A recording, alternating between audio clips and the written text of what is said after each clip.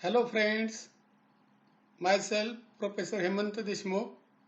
I am back with a new video, that is Phytoplasma and Spiroplasma. I am from Kekewak College of Agriculture, Nasik, with a new video.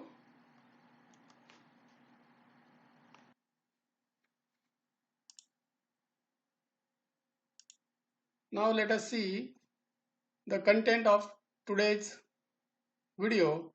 It contains introduction of Phytoplasma and Spiroplasma, the diseases caused by them, as well as symptoms produced by Phytoplasma and Spiroplasma and their management. Let us see first, that is the introduction of Phytoplasma. This Phytoplasma, it is also called as a MLOs, that means Mycoplasma like organism, and these are the specialized bacteria found in phloem and phloem parenchyma of diseased plant and assumed to be cause of the disease. They cannot yet be grown on artificial nutrient media, and now they are called as a phytoplasma. These phytoplasma or MLOs are discovered by the scientist Doi et al. In 1967.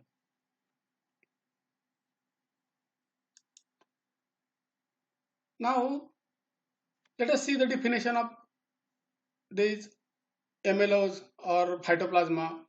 These MLOs or phytoplasma, these are the prokaryotic organism, unicellular, ultramicroscopic, non-motile, gram-negative, pleomorphic, wall-less, self-replicating, pass-through filters, sensitive to tetracycline and transmission by leaf hoppers and found in sieve element is called as a phytoplasma.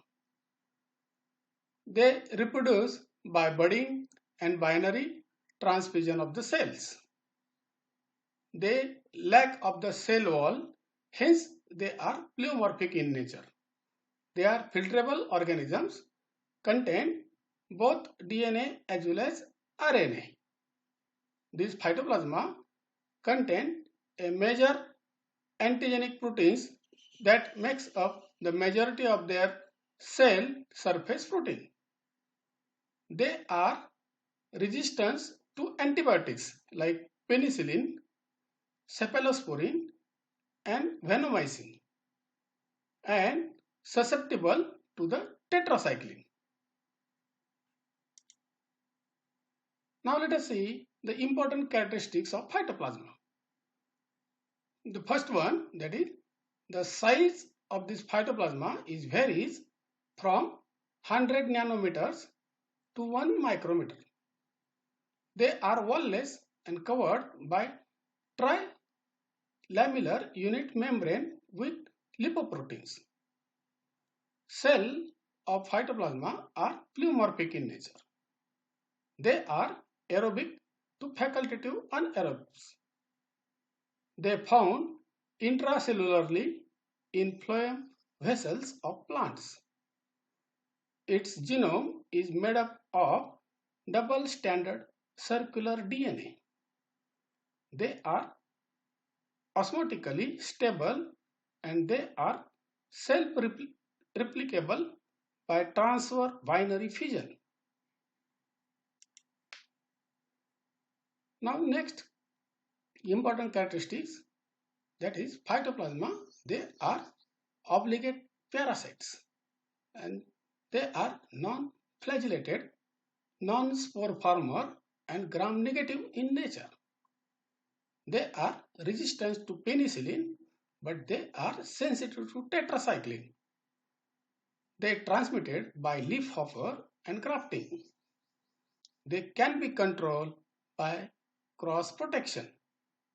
They require sterols for its growth.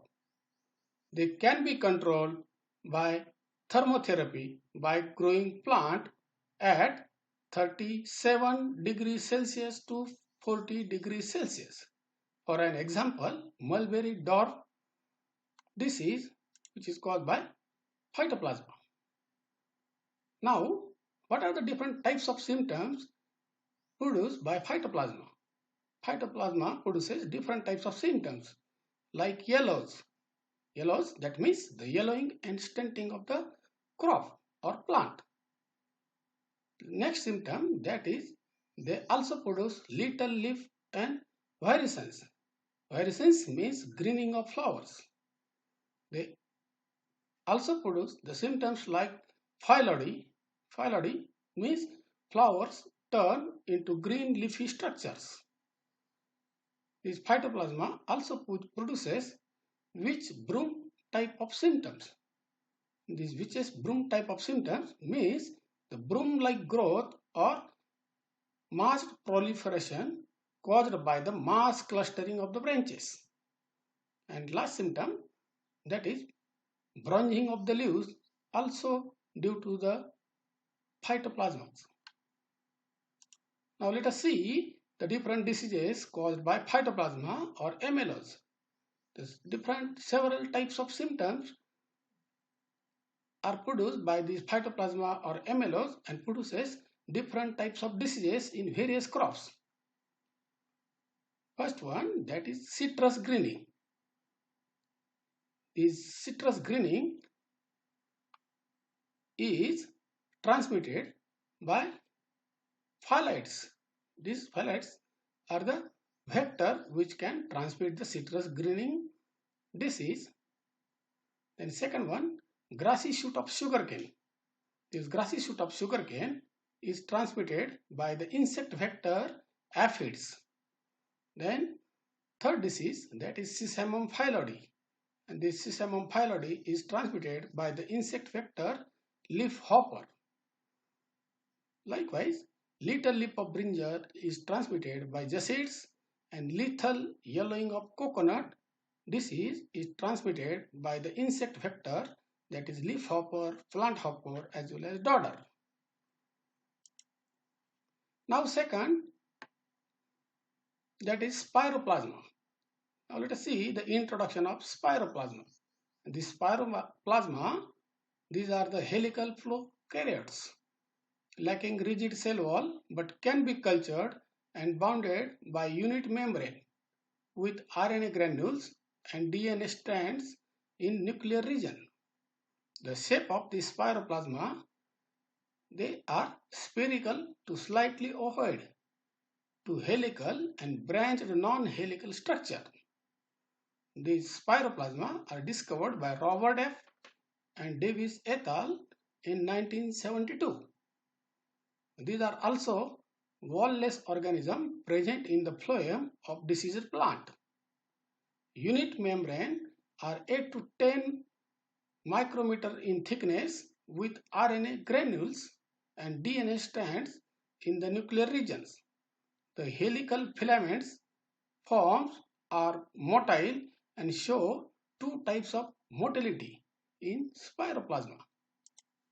These two types of motility or motions are, first one, that is a rapid rotary or screw type motion, and second one, that is a slow undulation motion.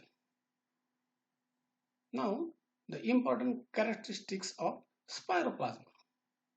Spiroplasma, they grow and form a colonies on solid medium and exhibit a typical fried eggs appearance. The colonies produce a marked turbidity. Second important characteristics, that is they are chemoorganotrophs. Cholesterol or possibly other sterols are required for their growth. They are facultative anaerobes and they reproduce by fission, and they are gram positive in nature.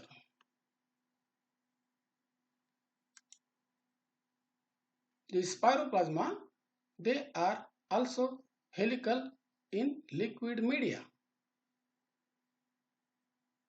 The size of spiroplasma is varies from 100 to 240 nanometer in diameter. they can be grown on culture medium in laboratory medium. They are non-flagellated and they are resistant to penicillium, but they are sensitive to tetracycline. Now see the symptoms produced by the spiroplasma. And the spiroplasma produces yellowish streaks on leaves, and leaves are small, often mottled or chlorotic. The infected plants remain stunted due to short internodes. Bunchy upright growth of twigs and branches are and tassels are usually sterile one. Now, diseases caused by spiroplasma. For example, the spiroplasma causes the citrus stubborn disease, corn stunt disease, yellow dwarf of rice disease, and pears decline disease. Now, the importance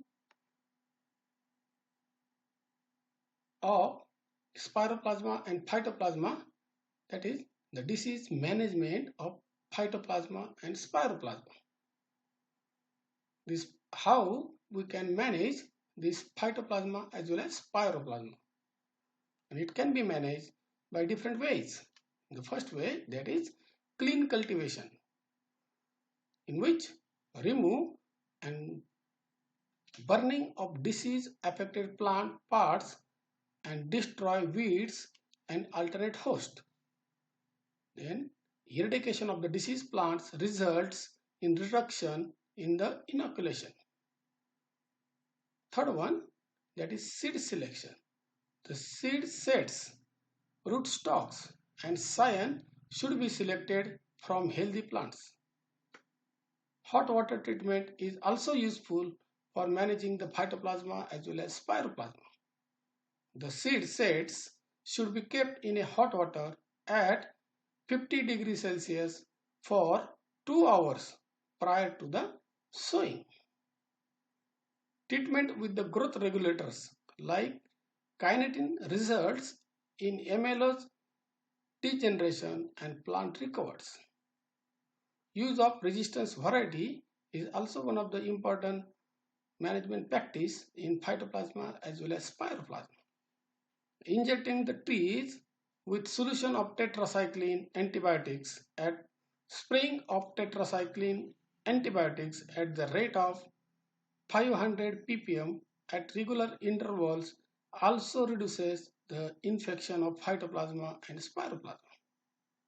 And last one, these phytoplasma as well as spiroplasma, they can be transmitted with the help of insect vectors. So to manage the insect vector is important one.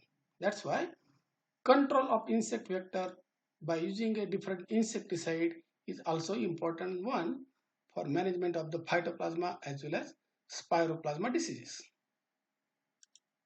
Thank you. Thank you very much.